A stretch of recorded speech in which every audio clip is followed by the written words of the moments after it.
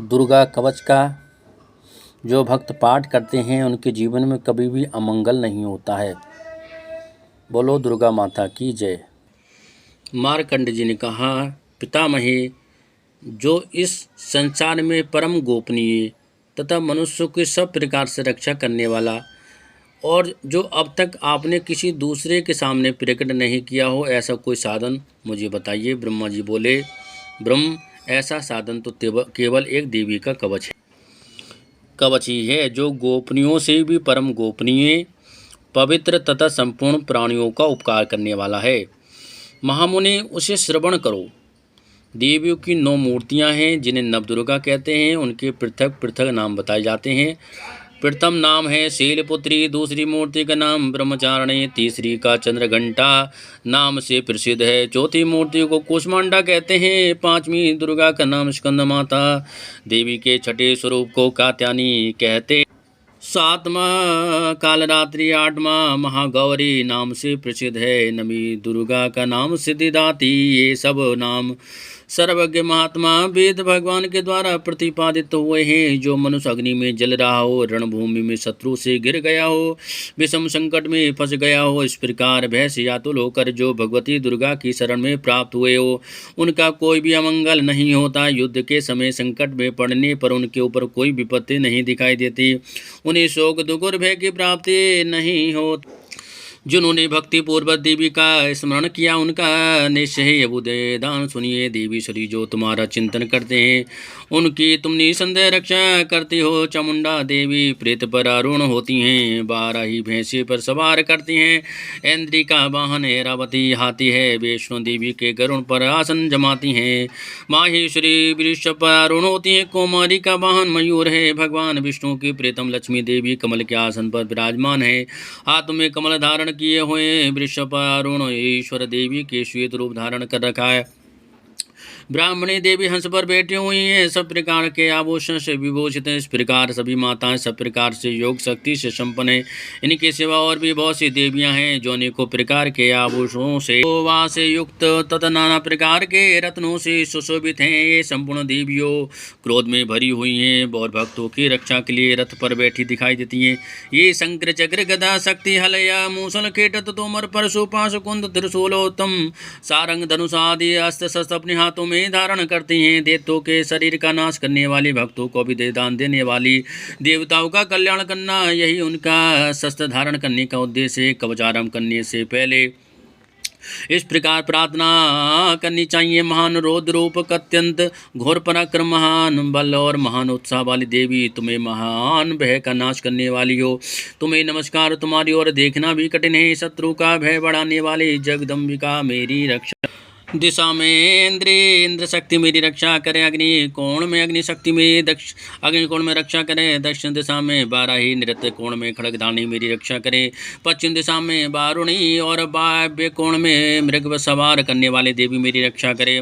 उत्तर दिशा में कौमारी और ईशान कोण में शूलधारणी देवी रक्षा करे। ब्राह्मणी तुम ऊपर की ओर मेरी रक्षा करो और वैष्णो देवी नीचे की ओर मेरी रक्षा करो। इस प्रकार सबका अपना वाहन बनाने वाली चामुंडा देवी भी दसों दिशाओं में मेरी रक्षा करें। जया आगे और विजया पीछे की ओर मेरी रक्षा करे। वाम भाग में अजिता और दक्षिण भाग में अपराजिता रक्षा करे। उद्धव निशिका की रक्षा करे। उमा मेरे मस्तक पर विराजमान होकर रक्षा करे। ललाट में माला धरी रक्षा करे। और यशस्विनी देवी मेरी बहु का संरक्षण करें। बहु के मध्य भाग में त्रिनेत्रा और नथनों की यम घंटिका रक्षा करें। दोनों नेत्रों के मध्य भाग में शंकनी और कानों में द्वारवासिनी रक्षा करें। कालिका देवी कपोलों की तथा भगवती शांकरी कानों के मूल भाग की रक्षा करें। नासिका में सुगंधा और ऊपर के होठ में चर्चिका देवी रक्षा करें। नीचे के होठ में अमृत कला, जिब्या में सरस्वती देवी रक्षा करे।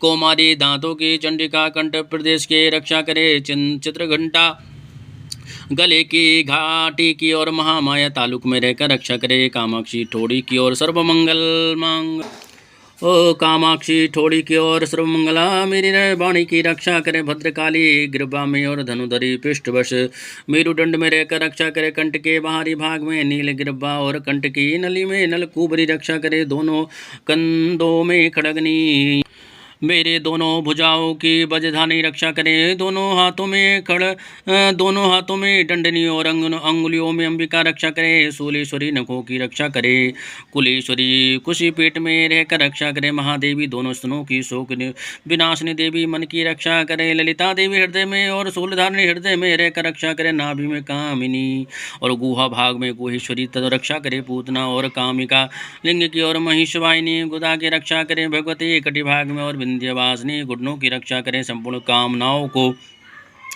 देने वाली महाबला देवी दोनों पिंडलियों की रक्षा करे, नारसिंगी दोनों घुटनियों की और तेजस्वी देवी दोनों चरणों की पृष्ठभाग की रक्षा करे, श्री देवी पैरों की अंगुलियों में तलवासनी और पैरों की तलुओं में रहकर रक्षा करे, अपने दाढ़ों के कारण भयकर दिखाई देने वाले दृष्ट कराली देवी नखों की और उद्धव केशनी देवी केशों की रक्षा करे, रोम बलियों के छिद्रों में कोबेरी त्वचा की बागीश्वरी रक्षा करे, पार्वती देवी रक्त मंजा वसा मांस हड्डी और मेद की रक्षा करे, हाथों की कालरात्रि और पित्त की मुक्तिश्वरी रक्षा करे, मूलाधार आदि कमल कोशों में पद्मावती देवी और कप में चूड़ामणि देवी स्थित होकर रक्षा करे, नख के तेज की ज्वालामुखी रक्षा करे, जिसका किसी भी अस्त्र से भेदन नहीं हो सकता, भय अभेदा देवी शरीर की समस्त संधियों में रहकर रक्षा करे, ब्राह्मण या मेरे वीर की रक्षा करे, छत्तीश्वरी छाया की और धर्मधारणी देवी मेरे अहंकार मन और बुद्धि की रक्षा करे, हाथ में वज्र धारण करने वाली वज्रहस्ता देवी मेरे प्राण अपान व्यान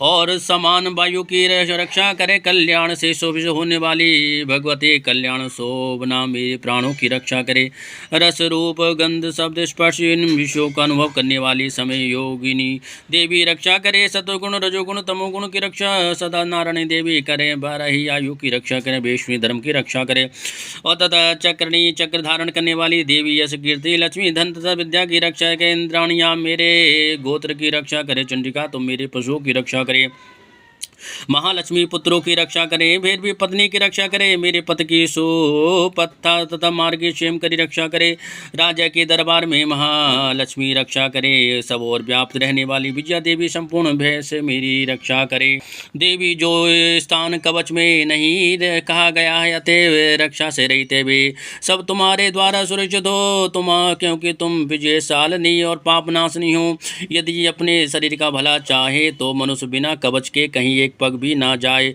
कवच का पाठ करके ही यात्रा करे, कवच के द्वारा सब ओर से सुरक्षित मनुष्य जहाँ जहाँ भी जाता है वहाँ उसे धन लाभ होता है, संपूर्ण कामनाओं की सिद्धि करने वाली विजय की प्राप्ति होती है, वे जिस अभिष्ट वस्तु का चिंतन करता है उसे निश्चय ही प्राप्त कर लेता है, वह मनुष्य इस पृथ्वी पर तुलना रहित तो महान ईश्वर का भाग्य होता है, कवच से सुरक्षित मनुष्य निर्भय हो जाता है, युद्ध में उसकी पराजय नहीं होती है, वह तीनों लोकों में पूजनीय और देवी का ये कवच देवता लिए भी दुर्लभ है, जो प्रतिदिन नियम पूर्व तीनों संध्याओं के समय श्रद्धा के इसका पाठ करता है उसे देवी कला प्राप्त होती है, वह तीनों लोकों में कहीं भी पराजित नहीं होता है, इतना ही नहीं वे अपमृत्यु से रहित हो जाता है, 100 से भी अधिक वर्षों तक जीवित रहता है, मकड़ी चेचक कोड़ आदि उनकी सभी व्याधियां नष्ट हो जाती हैं, कनेर भांग अफीम धतूरे आदि का स्थावर विश्व सांप बिच्छू आदि के काटने से चढ़ा हुआ जगम विष तथा अहिफेन और तेल के संयोग आदि से बनने वाला कृत्रिम विष ये सभी प्रकार के विष दूर हो जाते हैं,